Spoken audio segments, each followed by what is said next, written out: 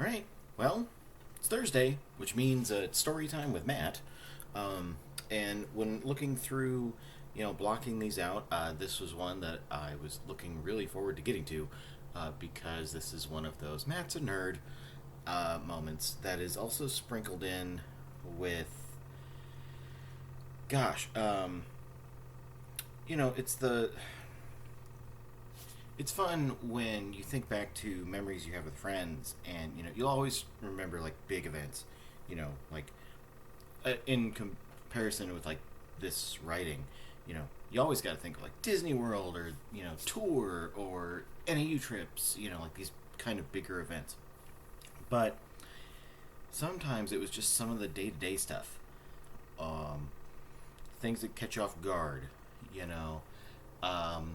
And it's also one of those things where, as I've gotten older and social media becomes more prevalent and everything like that, one of the things that is always, you see the reels and the memes, they're like, guys can sit around and not talk to each other for like hours, but, be best friends.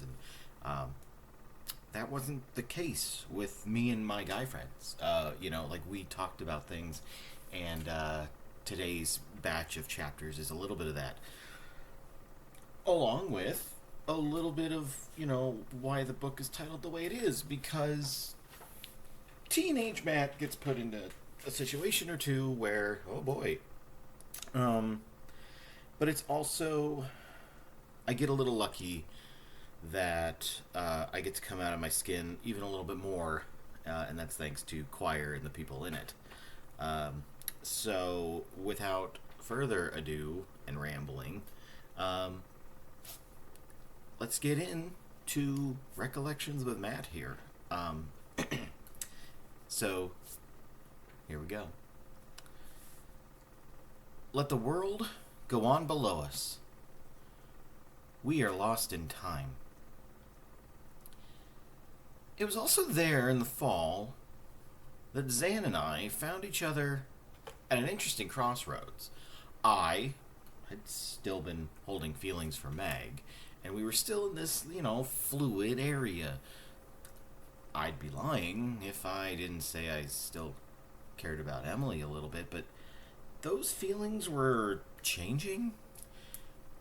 In the confusing state that I was in, I continued to hold out hope for clarity somewhere, but was also feeling the pull just to allow life to happen. Xandar, on the other hand, had developed a crush on a girl named Meredith from choir, but had not gotten as far as telling her yet. How'd you do it in the past, telling a girl? He asked one day while we were hanging out, poring over the rules for Mordheim warbands. Oh, man, I said. I would just tell them. I mean, sometimes it would take me a little while, but once I figured out the words, I just said it. Like, you never know how it would go. But I also figured, it might end up working. He sat there for a moment and nodded. So, with Meredith, I just need to tell her? Yeah. I don't know. Ask her to a movie, or dinner, a walk, I guess. Just see if she likes to spend time with you. And just you. I mean, we could do a group hangout too, whatever you need. If she's open to it, run with it. If she's not, she still knows how you feel. And then it's up to her. Like you and Meg? He asked.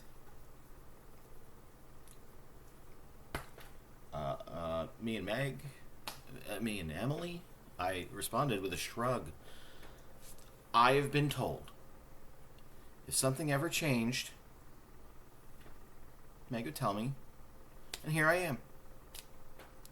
I can't ignore how I feel about her, but I just have to see how things go.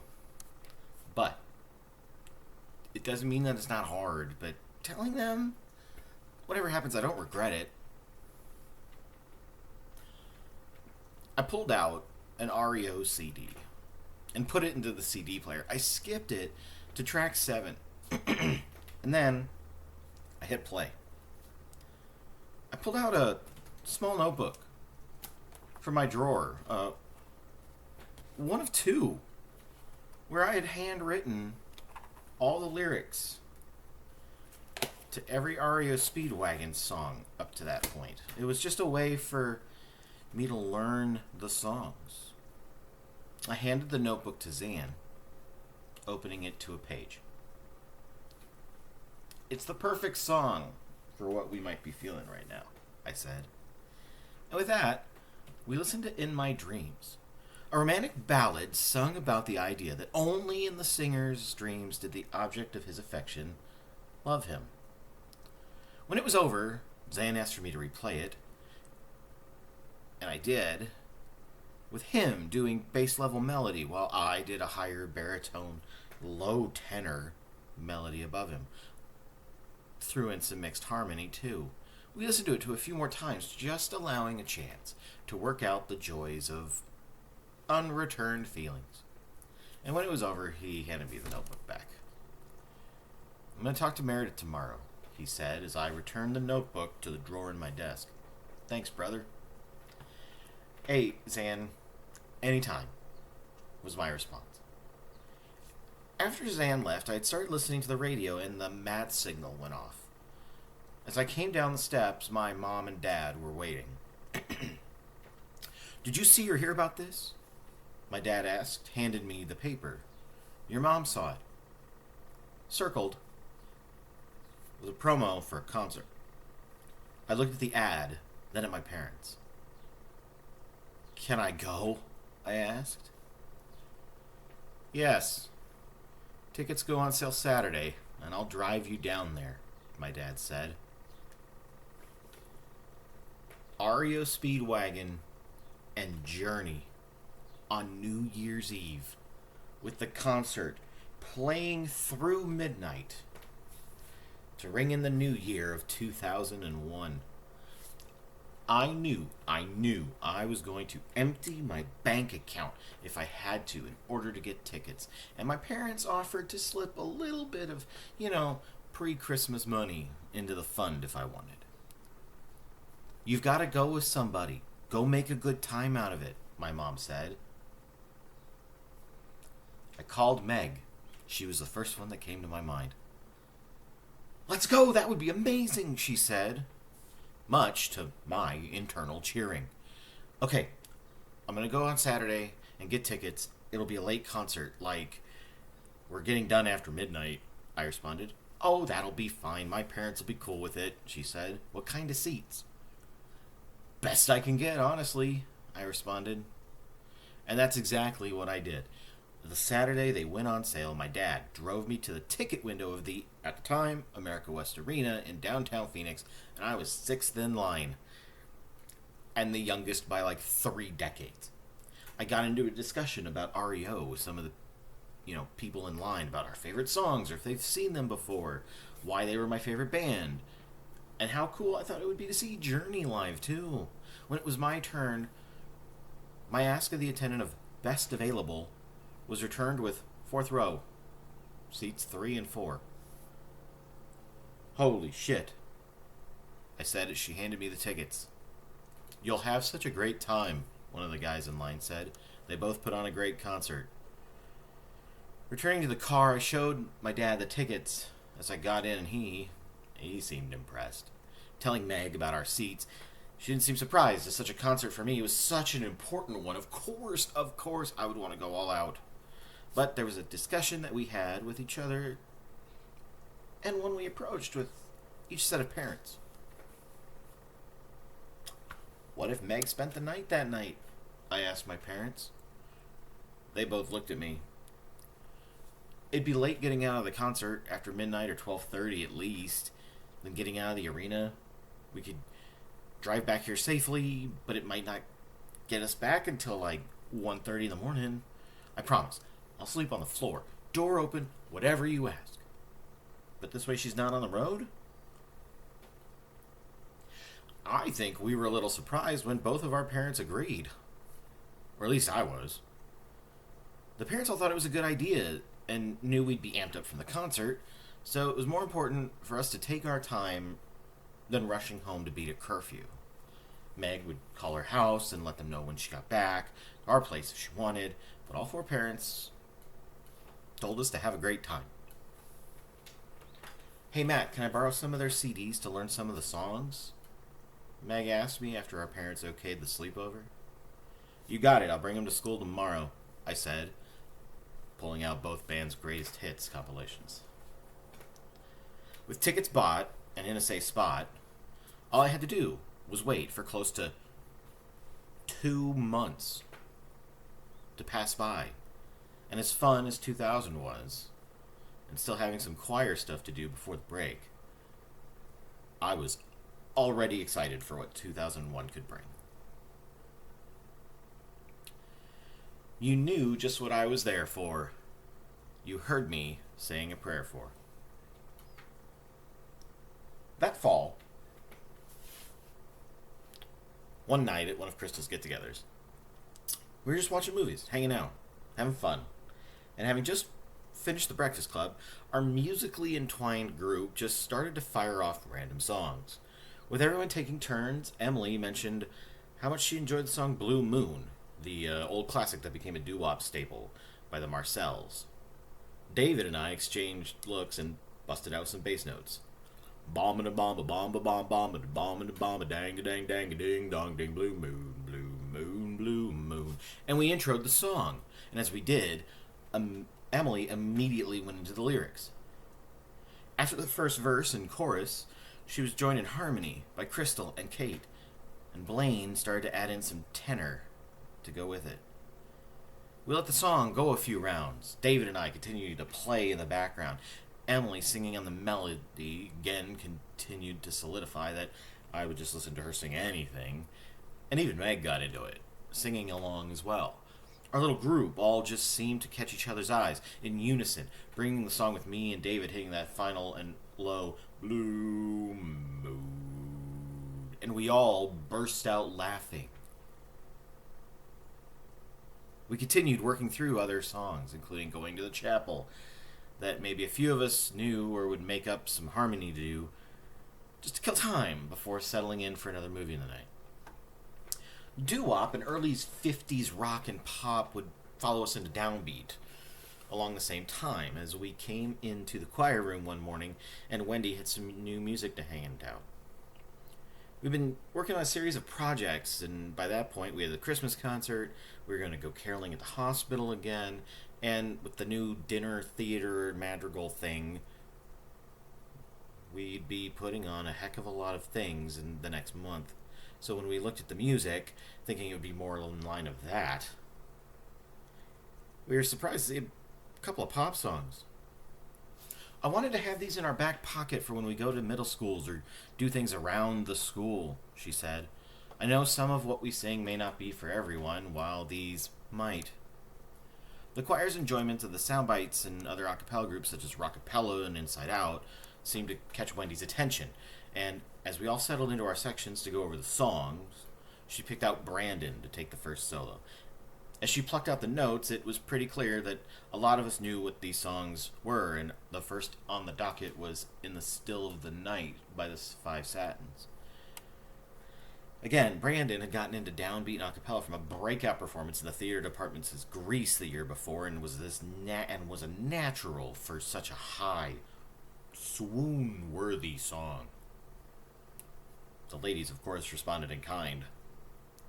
All right, great. Brian, you're up, Wendy called out, and we did it again. And Brian, well, as mentioned before, he could just do it all, and he proved it again. David and I had a blast in the background, singing the low bass notes, and we could tell that this was going to be a crowd pleaser with anyone we was hanging around. Wendy wasn't going to leave the ladies out with Please Mr. Postman, which then all the guys loved playing background vocals to, and different ladies would take swings at lines and portions of the song. A little bit of makeshift choreography would be implemented, and then when it was all over, all the ladies had chances to be showcased, and the guys applauded. The third song Wendy unveiled, and she turned to Brian and Brandon again. Who wants to go first? She asked. I looked at her and smiled. I do.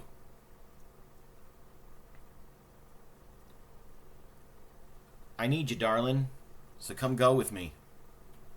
Wendy looked at me with a bit of surprise. You can't drop the octave. You have to sing it in the tenor range, she said. I know, I replied. Again, it seemed to raise an eyebrow. Okay, let's give it a shot. As Downbeat broke into the opening vocals of Come and Go With Me by the Del Vikings, I kept smiling, and as the verse came around, I immediately jumped into the words. Well, I love you, darling. Come and go with me, come home with me, way beyond the sea. I need you, darling, so come go with me. Gone was this bass. It was all higher baritone, tenor, and I could see everybody look up from their sheet music. I kept looking at Wendy's, whose eyes had grown big. I wasn't even looking at the music. I had known this song since I was a little kid into doo-wop living in Yuma. I flirted with Becky, dropped to a knee in front of Kate and Emily, took Laura's hand and sang to her. And even on the high note that followed, yes, you never gave me a chance, I let it all out. As the song reached its end, I even hit a high vocal, scat song improvisation. And when it was all over, there was a slight sound of silence, and the choir was all smiles. Before Wendy stood up from the piano. What was that? She asked, a smile crossing her face. Since when did you have that range? I don't always, but I do for this one, I said. That's Matt's song, Brian said matter-of-factly. There were voices of agreement from the choir, and Wendy nodded. Okay. Oh, okay. That was unexpected. Wow. Unfortunately, we never actually performed our doo-wop set at a concert. But we did use it for traveling around to, the office of the school, and when I was up, I let loose. I laid across the front office desk singing to the secretary and other office personnel. On a day where Diana visited Downbeat, we performed our set, and she was surprised, but not very, that I had come out of my shell. Now, whose response was one that I always remember was when Katie and Pam came to visit. After doing our set, they both looked at me, open-mouthed, and Wendy noticed it. Maddie, when did you start singing like that? She asked. Well, Katie asked. I know.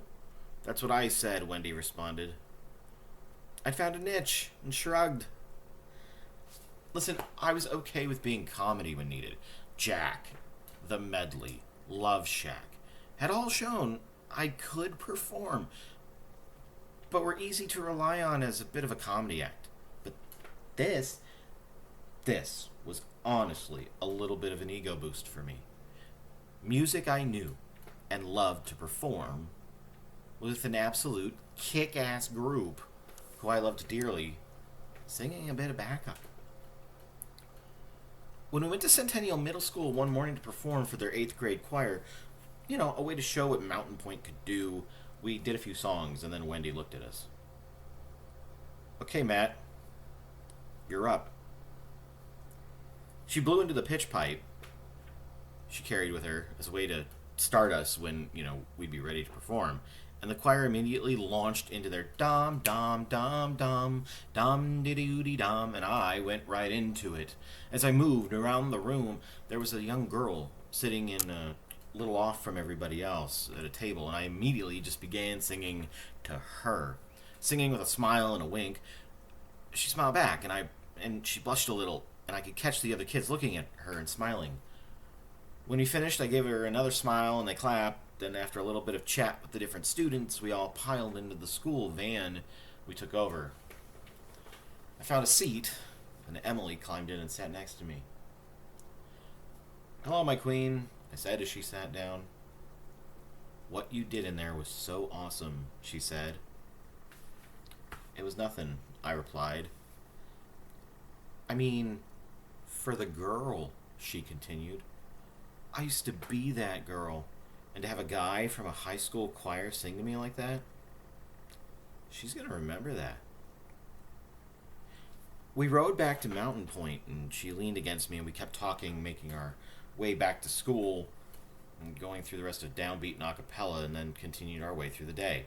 As I mentioned before, Emily and I, our junior year, spent a lot of our days together, going to lunch after third period German, and then our block of sixth and seventh hour periods, and after school, we decided to hang out, do a bit of homework together, listen to music. While doing some homework, Emily laid down on the floor of my room, put her notebook down, and started playing with a dream catcher I had hanging off the handle of my closet. I put my pencil down and watched her for a minute, smiling. I finally walked over to her and knelt down on the floor beside her. She continued to bat at the dream catcher like a cat might. I took a leap and leaned down and kissed her. And when we broke the kiss, I thought I'd screwed up. I was wondering how long it would take you, she said, smiling. We turned the afternoon into an evening hangout, getting something to eat and then laying on my bed to watch an episode of MST3K together, one of my favorites and one I will always remember her for, called Werewolf. We laughed at the musical bit of Mike and the Bots doing a 50s-inspired Where a Werewolf song, the constant Joe Estevez jokes, and the music medley that Mike, Tom Servo, and Crow sing during the end credits of the movie. As the episode came to a close, Emily packed up her backpack, and I walked her out to her car, and with a hug, and a smile, and a good night, she went home. I stood in the parking lot for a moment, and after her car disappeared, hands in my pockets. The next day, we didn't really address what happened. But if I'd been smarter, which, that's a conversation in its own, I think we probably should have. I knew things were confusing, and I was happy where my relationship with Emily was, and my relationship with Meg was, and I didn't want to make either one of them uncomfortable, but I can look back now and say, yeah, I probably should have said something, and I was just dumb. It would, of course, be far from the last time that I was an idiot when it came to matters of the heart, though. Gonna make this holiday as perfect as can be. Just wait and see this Christmas vacation. As the holiday season came in, there was a lot on the choir plate, but they all went by with absolutely no drama, and they almost felt like I blinked and missed them all. We had the Christmas concert, the Madrigal dinner, a Christmas party, and caroling at the hospital. The dates to these all lined up so close together that life was a whirlwind, and I was busy with schoolwork, choir commitments, my weekend job, but I was loving every minute of it. At the choir concert, Downbeat performed Santa Claus is Coming to Town and I'll Be Home for Christmas, while Acapella had fun with a song about a Christmas dinner that turned sour due to a fly, in which we all then threw up on stage. We ended the concert with Carol of the Bells, as tradition, and that friends from the year before, like Blaine and Diana and Katie and Pam, came back to sing with us. And I would notice, as the years would go by, the more alumni we would add to the group would make things even more meaningful to see them and when they would come back. The Madrigal dinner was a first for the choir program, and we as Downbeat had the distinction of not only singing but also being character actors for the evening. The event was held at a technical school here in the valley and was a bit of a drive from Ahwatukee to Mesa, but one that the choir did as a group. It was fun to be a little bit of a character. We all had Renaissance period costumes. We put together, and there's a picture of me in this bright blue tunic top, a pair of black pants, and a blue page hat that my parents have, and the event was enjoyable, even if some of it was out of our element. I was able to find our song list from the evening tucked into an old choir folder I seem to have come into owning after graduation. It was a mix of our Madrigal song sets from the first and second concert along with, traditional Christmas carols. The choir Christmas party was a nice collection of a batch of us. As Sarah and Ashley came along, Xan, Emily, Putman, Crystal, and Andrea, we all got to hang out. We sang carols around the neighborhood, and Xan and I had no problem with being the two more vocal basses, throwing fun bass notes out. With Christmas being Sarah's favorite holiday, it was also fun to share a bit of a choir memory with her as we sang together. And it's the fun little things like this, sharing the fun of choir outside of the school, that are so memorable. In the choir yearbook for that year, there's some black and white photos from the party, and you can see how much fun we had. Taking our obligatory good photo and goofy photo with Emily and I hamming it up together. Also around this time, our Secret Santa reveal came, and after receiving a note that my Secret Santa felt bad that they forgot my gift, Kiki came up to me the next day with a gift card to a bookstore, a smile, and another, "I'm sorry." Rounding out much of the choir-related holiday fun, we returned to St. Joseph's for caroling. And this year, with Wendy's permission, I actually invited Meg to come along.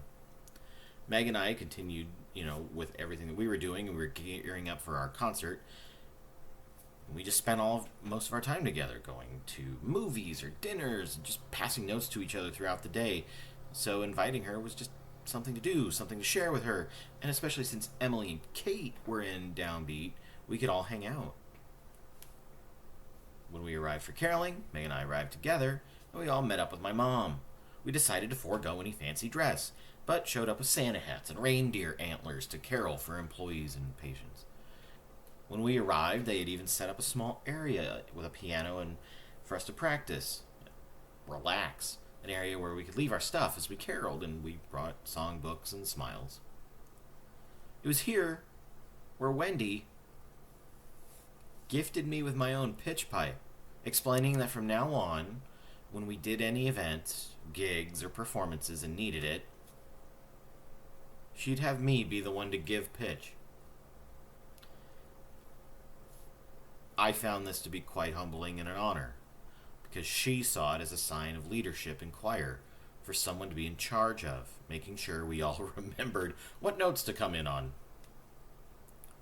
There is a picture from our caroling that my mom took, and it is one of my favorites from high school. It's a picture of what I consider probably the most talented choir I'd ever gotten to be a part of. Plus one. All smiles or goofing off, but singing not because it's performance or competition, but because it was healing and heartfelt. Wendy, Brian, Scott, and Brandon have their hands on their jaws like Home Alone, while Steven makes a funny face in the background. Becky, Shell, Liz, and Tatiana are all smiles, with Emily hiding behind them in a mass of felt antlers. Laura is absolutely brilliant, striking a comical deer in headlights pose while wearing her antlers, and Kate is behind Meg, who is all smiles front and center. And there's David and I leaning against the back wall, smiling in mid-laugh. It really is just an absolute great capture of all the personalities I got to surround myself with that year, and it was also something I was so happy to share with Meg, who, on the way home, thanked me for inviting her and even dropped off a thank you card for Downbeat the next week. On the last day of school, before we left for break, friends all said their so longs, but with our group that usually meant for only a few days before we would hang out again, whether at Crystal's or Blaine's, or just a few of us meeting up for a movie. Going into the end of the year, and such a fun one at that, I readied for time with my family, plans to meet with my friends, and an absolute dream concert for New Year's Eve.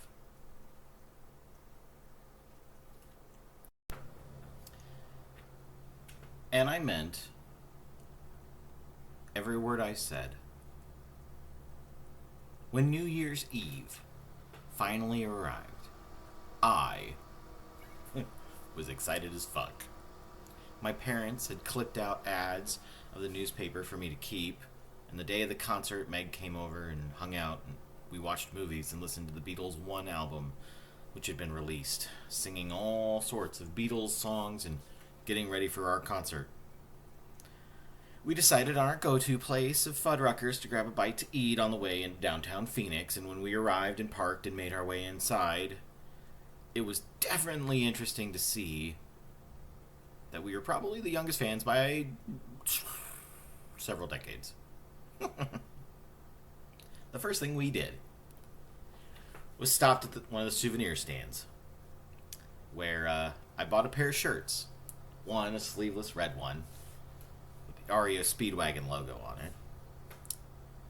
And another one, a black one, celebrating the 30 years of REO Speedwagon and their albums, with the album names listed on the back. We made our way to one of the attendants, who showed us to our seats, and we were so early we got into our fourth row seats pretty easily. Holy shit, I said as we were sitting roughly 20 feet from the stage. Oh, this is great, Meg said. I'm really glad you came with me, I added. Me too. This is going to be a lot of fun, she returned. The fun about looking back and on the beginnings of this concert was the build-up. REO had actually canceled a few concerts before this show because lead singer Kevin Cronin was losing his voice, so it was up in the air on whether or not this one would actually happen. But, luckily, he ended up regaining it in time for this concert and the one the night before in Vegas. Meg had brought back the CDs saying she had found some songs that she really liked, and we continued to sing to the Beatles because now that album had followed us to the arena and it was being piped through these surround sound speakers. As we continued to wait, I noticed, off to the side of the stage, that the bass player of REO, Bruce Hall, had appeared. I pointed this out to Meg, who immediately smiled. I love how he sings lead on Back on the Road Again, and he's got a lower voice, I said. You should go up and say hi, she replied. Tell him you're a big fan, how much the music means to you. However, I was a little bit shy, and I didn't. A few people had walked up and chatted with him for a short moment, and I lost my chance. Part of it was just me being the, oh, this is so cool moment, and I would have been a rambling kid/fan had I walked up. But the what if has always been there. As the arena began to fill more, the excitement grew, and my excitement began to build, and I think Meg could definitely see it.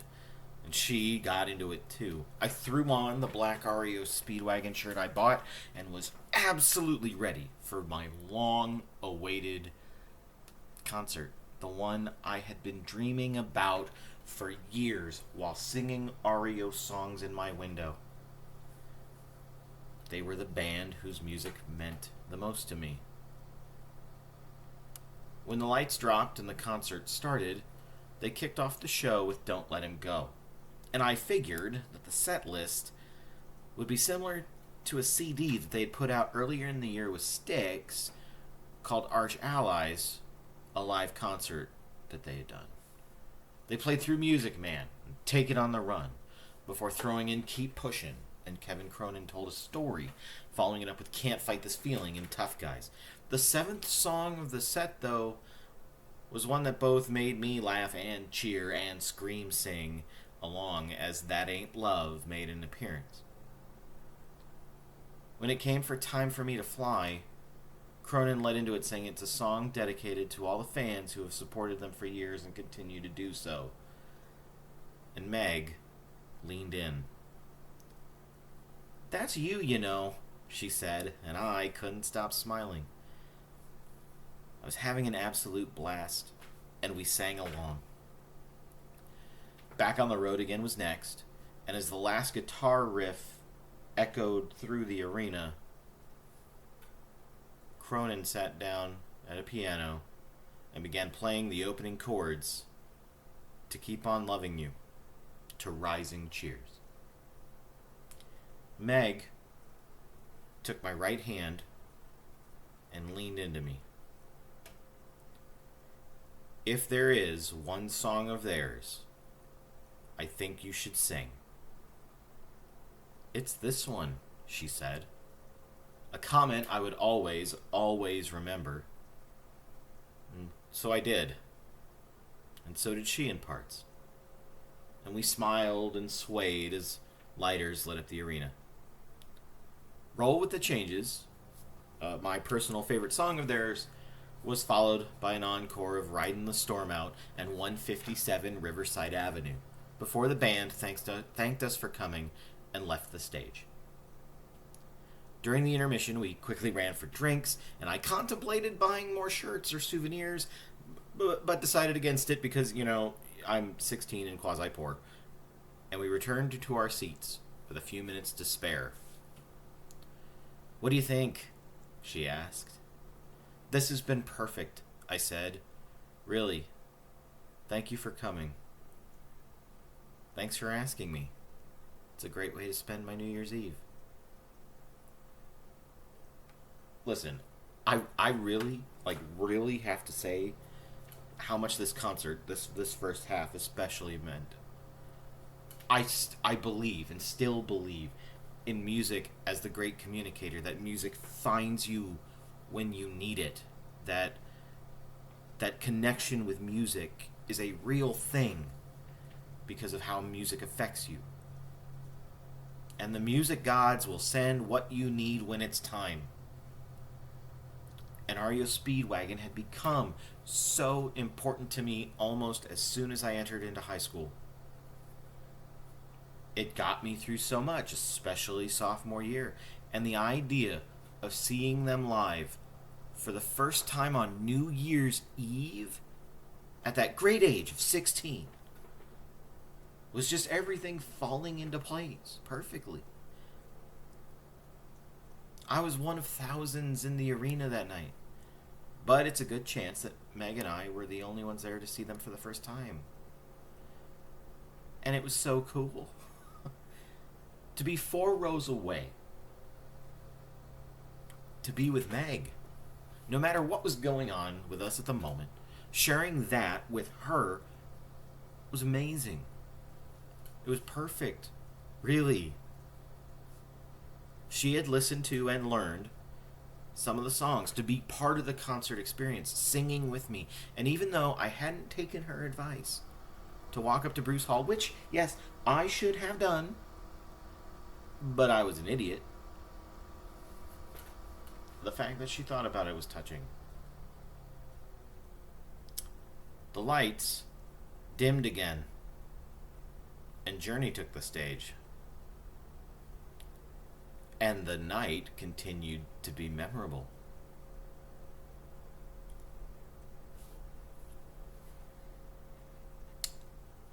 Highway Run into the Midnight Sun.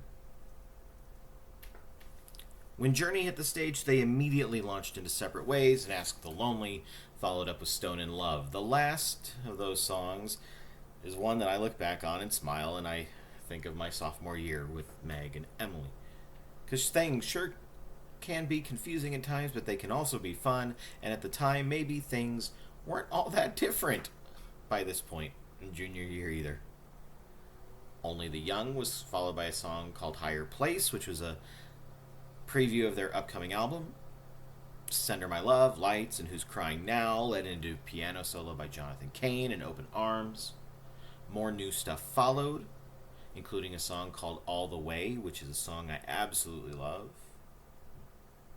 More songs then led into Wheel in the Sky, which was actually the first Journey song I ever liked, recorded off the radio and learned.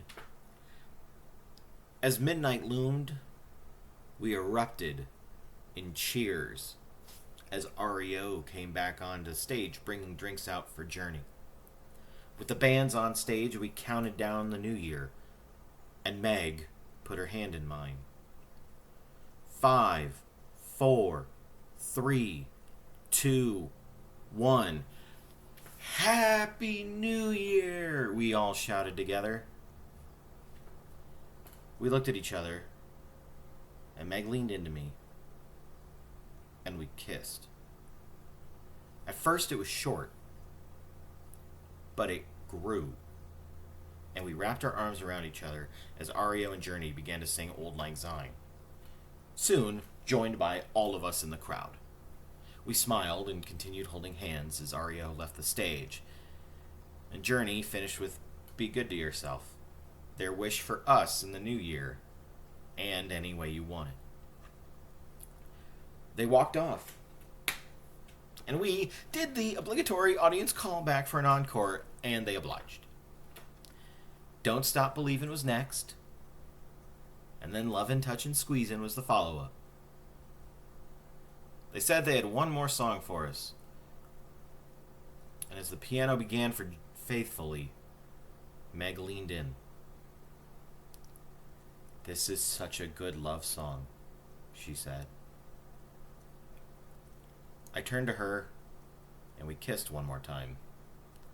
We sang along with the band in hand, and the end of it, as the band filed off and the thump of a drum was heard, Steve Geary, who had been taken over for Steve Perry, cheered the crowd on to keep singing, and we obliged. A few rounds even after they wished us good night, Happy New Year, and thanked us for coming out. As the lights came up, the crowd erupted into cheers, and we all made our way for the exit.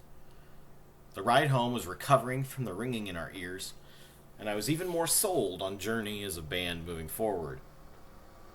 We got back to the townhouse a little close to 2 in the morning, and Meg made a quick call to let her mom know that she was there safe. As we got settled, she had brought a pair of pajama pants, and I offered her the red REO shirt to sleep in, which she accepted. I stepped out as she changed, and I changed in the bathroom. Once I was done, I stepped out, and the door to my room was open. Meg had put her purse on my office chair, and I grabbed a pillow and plopped it on the floor.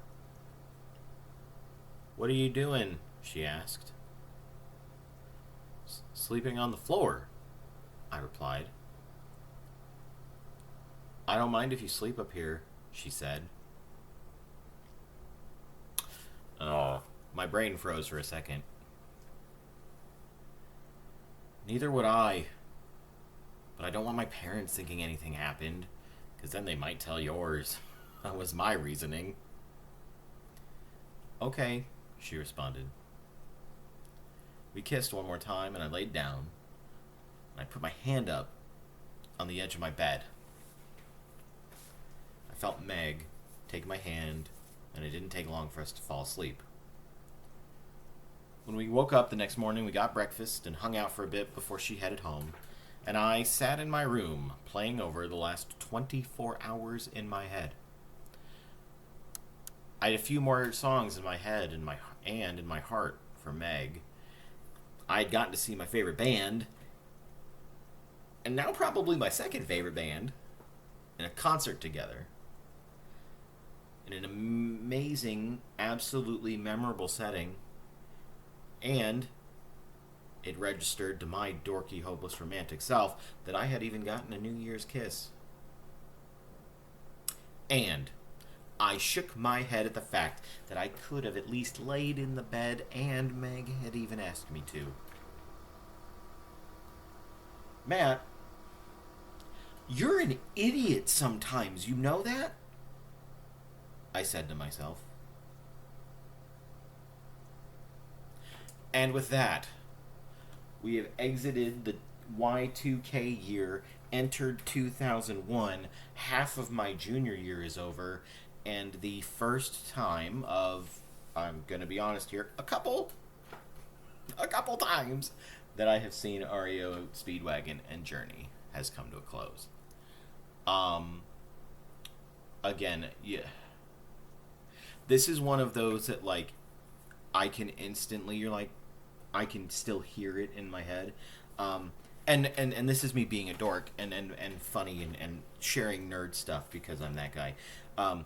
REO, I mentioned an REO concert called Arch Allies. It was a live album. One disc was REO stuff, one disc was Styx, and then some jam songs.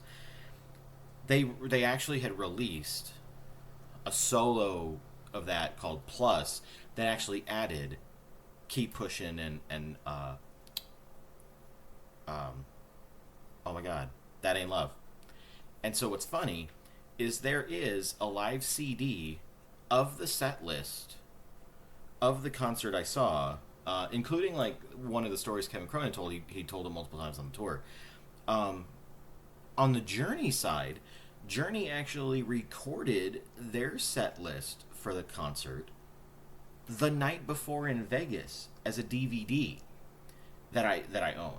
So it's this weirdly interesting thing that I actually own live versions of both of the concerts that both of the bands that I saw that night, but it's not actually the night. And, because it was technically 2001, the idea of cell phone or video recordings of this, I have scoured the internet for, and I've never found it. I've never found, like, a bootleg.